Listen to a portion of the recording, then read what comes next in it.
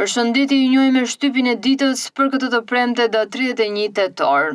Në gazetën Telegraf mund të lexoni miq të Besës, antar të shoqatës Tomori nderojnë presidentin e Republikës, Bajram Begaj. Kongresi i autoriteteve lokale IKE zbret në Tiranë mision monitorues për asfiksimin e autonomisë lokale. Vazhdon vjedhja e subvencioneve të bujqësisë dhe penalitetet nga BE, heshtja ndaj korrupsionit, krim ndaj fermerëve.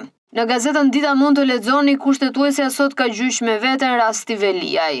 Më në brëndësi mund të lexoni rikthehet në vëmendje zhdukja e Remzi Hoxhës. Nga rubrika e shëndetit, cilat janë më të shëndetshme, martesat me dashuri apo me mblesëri? Pse nuk duhet të pengohet teshtima sipas shkencës? Në gazetën Panorama mund të lexoni Niko Peleshi nuk shkarkohet nga posti kryeparlamentarit, por PS-s i rrjedhin votat në kuvend kush doli nga rreshti. Djegësi i Tiranës dhe paralajmërimi misterioz i Berishës, kush është Nesti Angoni i dytë. Nga SBA ardhen materiale audio për 21 janarin, Basha pyetet në SPAK. Në Panorama Sport mund të lexoni Partizani 80 vjetorit më i dobti epokës Demi.